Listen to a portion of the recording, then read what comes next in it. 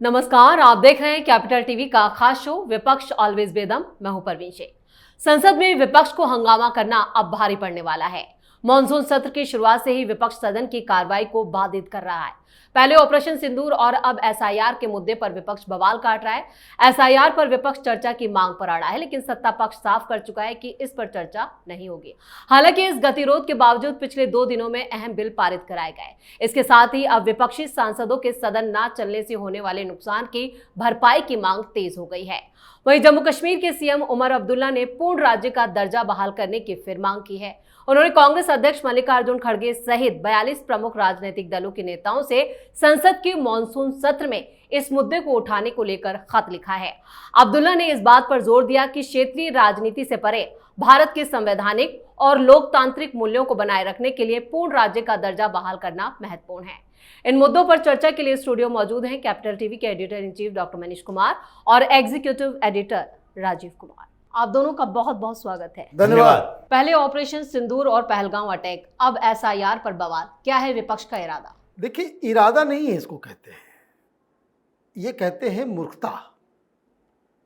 आपने मानसून सत्र की शुरुआत की, कहा कि वे सरकार को घेर लेना है। ऑपरेशन सिंदूर पे ऐसा घेरेंगे कि मोदी जो है वो बिल्कुल उसकी हवा निकल जाएगी। कितने राफाल गिरे ये बताना पड़ेगा, कॉम्प्रोमाइज कैसे हुआ बताना पड़ेगा, डोनाल्ड ट्रंप का रोल क्या था, और ये जो मिसकैलकुलेशन इनका ये था कि सरकार भाग जाएगी, ऑपरेशन सिंदूर के ऊपर डिस्कस नहीं करेगी क्योंकि इसमें बहुत सारी चीजें हो जाएगी। क्यों? ऑपरेशन डिटेल नहीं बताया जा सकता, बहुत सारी चीजें नहीं बताई जा सकती। लेकिन सरकार ने कहा कि अच्छा रुको, तुमने दाना फेंका है, जाल हम फेंकते हैं जी। तो ऐसा जाल फेंका कि सारे लोग फंस गए। देखिए, बुरी तरीके से हार गए। अब जब इस पे एक्सेप्टेंस हो गया, तब आपने एसआईआर करना चालू कर दिया। आप चलने नहीं दे रहे हो, इस पर डिस्कशन नहीं हो सकता। ये तमाम, भाई किसी भी अक्लमंद आदमी से पूछ लो। राहुल गांधी कभी मंत्री नहीं रहे, लेकिन कांग्रेस पार्टी में बहुत सारे मंत्री हैं। क्या ऐसे सब्जेक्ट के ऊपर बातचीत हो सकती जो ऑलरेडी सुप्रीम कोर्ट में चल रहा हो? नहीं हो सकती। नंबर 2 कि अगर आपको कोई मुद्दा उठाना है तो आप किससे जवाब मांगोगे? There has to be somebody answerable. Election commission के लिए कोई आंसरेबल नहीं है।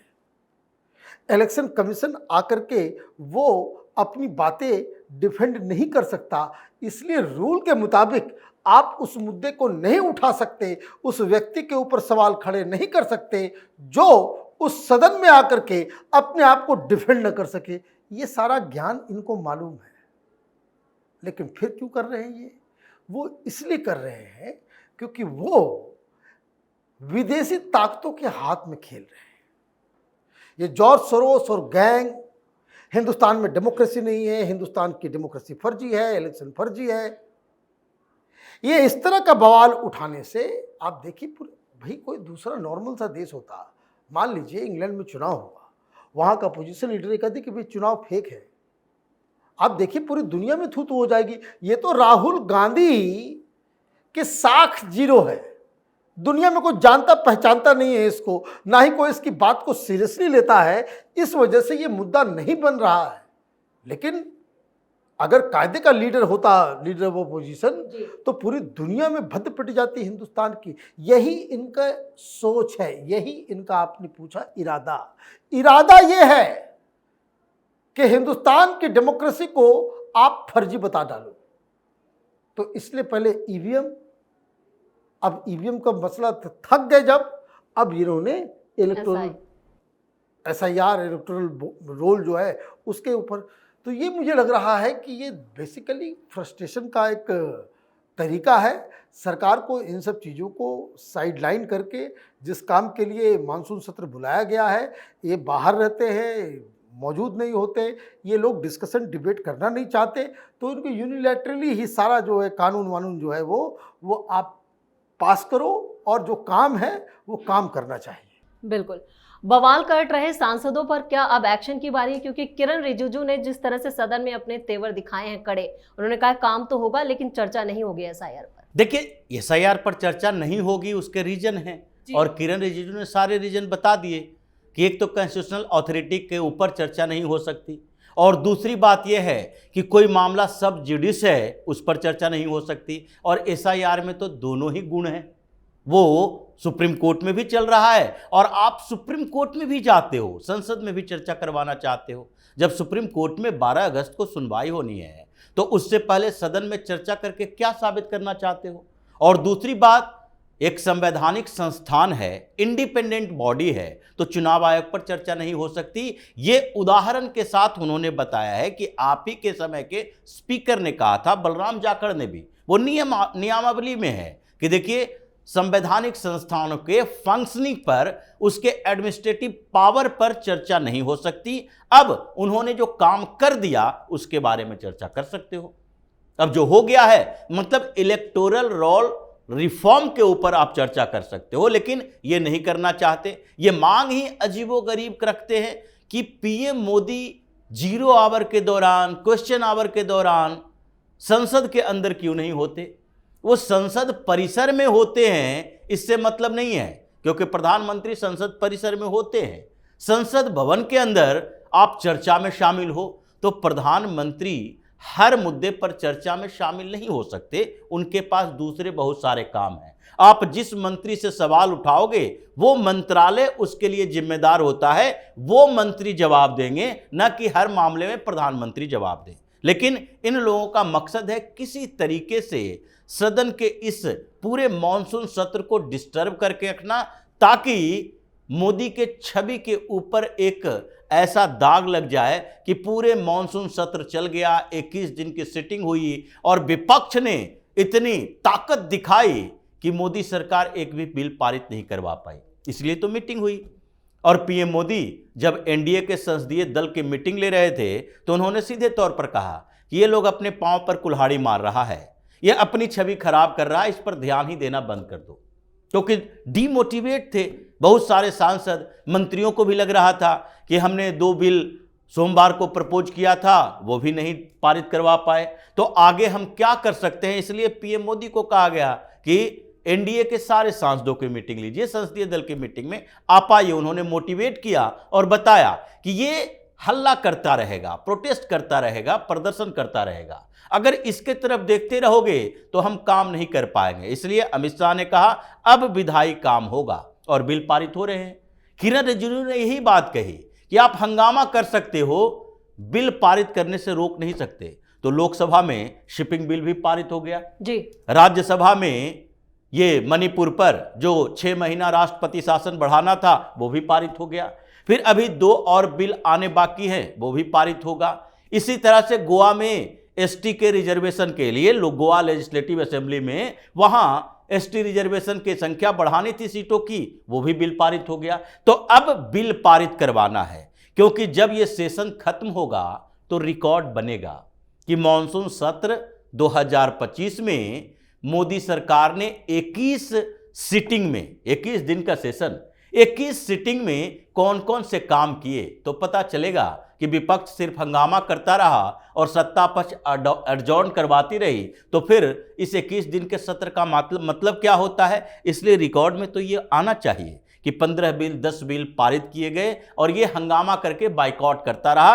अब यही मोडस ऑपरेंडी सरकार की है कि अब इन लोगों को हल्ला हंगामा करने दो। इसीलिए अब राहुल गांधी संसद के अंदर नहीं आता, इधर उधर घूमने की कोशिश, अभी झारखंड गए हुए थे सदन को छोड़कर, लेकिन उसकी बात नहीं करेगा कि एलओपी कहां गया हुआ है, प्रधानमंत्री को होना चाहिए। तो ये धीरे धीरे बड़े नेता बाहर जा रहा है और इन लोगों को छोड़ दिया है कि जाकर हल्ला हंगामा करते रहो और सरकार को काम करने से रोकते रहो।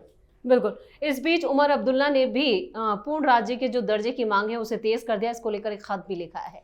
देखिए, उनका अधिकार है ये मांगना, और प्रधानमंत्री मोदी ने कहा है, सुप्रीम कोर्ट में जाकर के कहा है कि हमारा कोई इच्छा नहीं है कि हम इसको जो है यूनियन टेरिटरी बना करके रखें जी।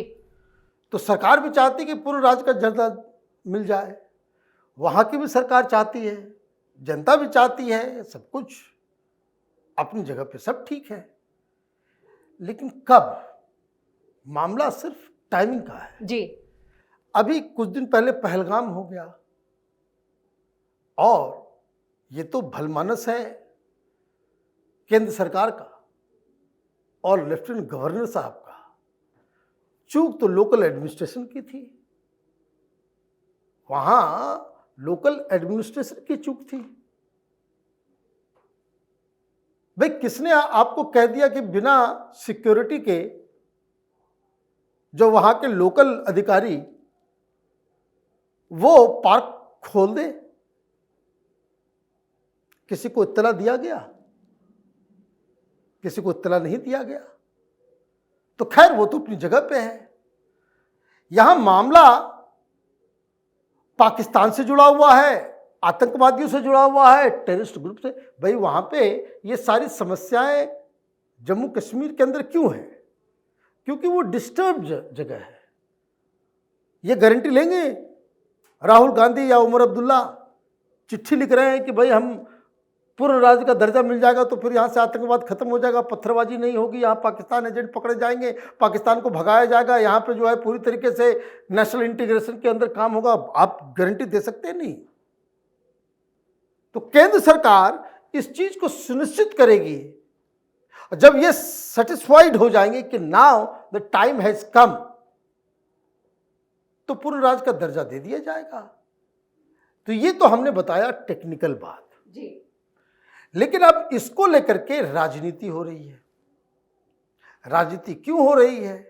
क्योंकि अब उनको चाहिए कि भाई ये लेफ्टिनेंट गवर्नर जो है वो हमारी बात नहीं कर रहा, हमारी बात। भाई देखिए, एक फैक्ट बोलूँगा, कुछ लोगों को बुरा लग जाएगा। इस देश में ज़्यादातर लोग मुख्यमंत्री बनते हैं, सरकार बनते हैं, उनका एक मकसद होता है कि कितना लूट सके। और जहां कहीं भी लूट में कमी आती है, ये लोग फिर राजनीति करना शुरू कर देते हैं। लूट की छूट दे दीजिए तो वही अभी जो है सब सब बहुत बढ़िया, बहुत बढ़िया, बहुत बढ़िया। तो ये एक समस्या है। हालांकि ये मुद्दा उठाएंगे, लेकिन इसका असर, इसका फैसला ऑलरेडी सुप्रीम कोर्ट में जब सरकार ने कह दिया कि हम यथाशीघ्र लगाएंगे, जब बहुत जल्द जो है हम लगाएंगे। लेकिन ये जल्दीबाजी का मतलब ये नहीं है कि वहाँ हम स्टेट डिक्लेयर कर दें और आतंकवादियों को वहाँ खुली छूट मिल जाए। बिल्कुल। क्या जम्मू कश्मीर के मुद्दे पर विपक्ष एकजुट हो पाएगा? देखिए, एकजुट तो ये लोग हर मुद्दे पर हो जाते हैं, लेकिन एकजुटता प्रदर्शित करने के तरीके इनके अलग होते हैं। जैसे कि जम्मू कश्मीर का मसला है, अभी परेशानी किसकी है? उमर अब्दुल्ला की, फारूक अब्दुल्ला की। और उन्होंने इसके लिए पहले जोड़ना शुरू किया और जोड़ने के लिए कांग्रेस को तोड़ दिया। कांग्रेस को पहले छोड़ा और छोटी पार्टियों से बातचीत करना शुरू कर दिया। ममता बनर्जी से बात की, ये उमर अब्दुल्ला पश्चिम बंगाल गए भी थे। इन्होंने अरविंद केजरीवाल से बात की, उद्धव ठाकरे तक से बात की। ये छोटी पार्टियों से बातचीत करते रहे तो कांग्रेस को लगा कि ये तो हमसे मुद्दा छीन रहा है, तो इसने एक नई शुरुआत कर दी। लेटर लिख दिया प्रधानमंत्री मोदी को, ये राहुल गांधी और कांग्रेस के दूसरे नेता मिलकर। और उसके बाद उमर अब्दुल्ला चिढ़ गए कि ये कांग्रेस कौन होता है जो हमसे बिना पूछे हुए हमारा गठबंधन सहयोगी है और प्रधानमंत्री को चिट्ठी लिख रहा है, उसमें हमारा भी दस्तखत होना चाहिए था। हम भी सोचते, हमारे लोग कम से कम ये कहते कि भाई तुम भी मांग कर रहे हो। इसीलिए पहले झगड़ा हुआ आपस में, उसके बाद कांग्रेस ने सरेंडर कर दिया कि नहीं, अब फारूक अब्दुल्ला, उमर अब्दुल्ला से बातचीत करनी चाहिए, एकजुट होकर एक नया मुद्दा उठाओ, ताकि आगे के चुनावों में ये मुसलमान जो थोड़ा थोड़ा इधर उधर भटकते नजर आ रहे हैं, एकजुट हों कांग्रेस के साथ भी। और ये उमर अब्दुल्ला भी कहीं बिहार में चुनाव प्रचार करने के लिए महागठबंधन के लिए चल जाए। और इसीलिए इन लोगों ने एक मीटिंग बुलाने की कोशिश की। इंडिया अलायंस की मीटिंग का अनाउंसमेंट भी ये फारूक अब्दुल्ला बोल रहे हैं कि हम भी जाएंगे, हम भी जाएंगे। कौन पूछ रहा है दिल्ली में फारूक अब्दुल्ला को? सांसद, विधायक, यहां इनकी क्या औकात है? तो ऐसी स्थितियों में इन लोगों ने एकजुटता दिखाने की कोशिश जरूर की है, लेकिन उद्धव ठाकरे क्या महाराष्ट्र के अंदर कश्मीर के पूर्ण राज्य के दर्जा के लिए प्रदर्शन कर पाएंगे? औकात ही नहीं है उनकी। अगर वो प्रदर्शन करते हैं कश्मीर के मुद्दे पर महाराष्ट्र में, तो उन्हीं के कार्यकर्ता उन्हीं को गालियां देंगे। क्या तेजस्वी यादव कश्मीर को पूर्ण राज्य के लिए बिहार में आंदोलन की शुरुआत कर सकते हैं?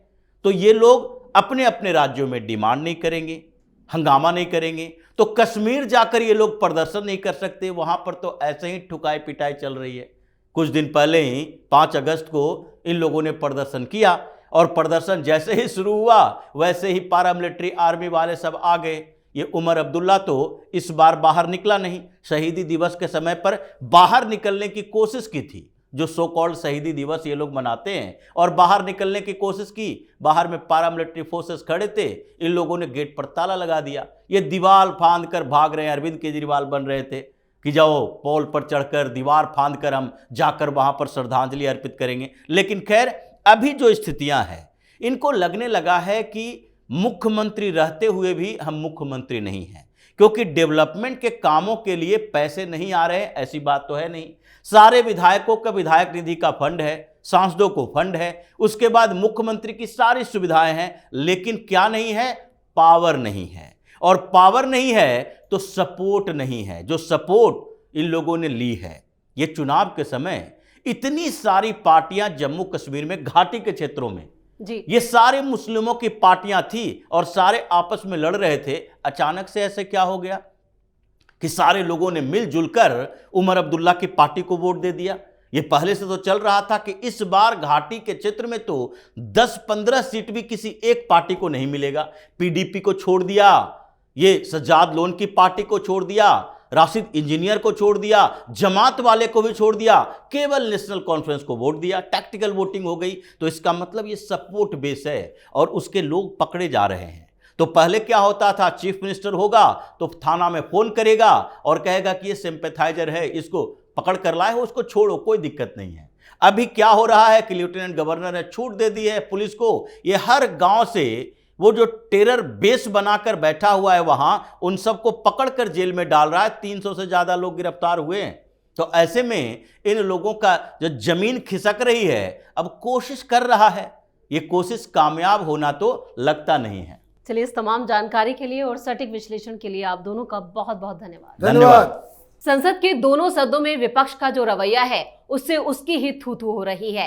जनता लगातार विपक्ष को ही कोस रही है, वहीं सत्ता पक्ष अपने संसदीय कामों को अमल में लाने के लिए पूरी तैयारी के साथ सदन में है। अब जो नुकसान होगा उसका ठीकरा भी विपक्ष पर ही फोड़ा जाएगा और अब बारी नुकसान की भरपाई की भी है।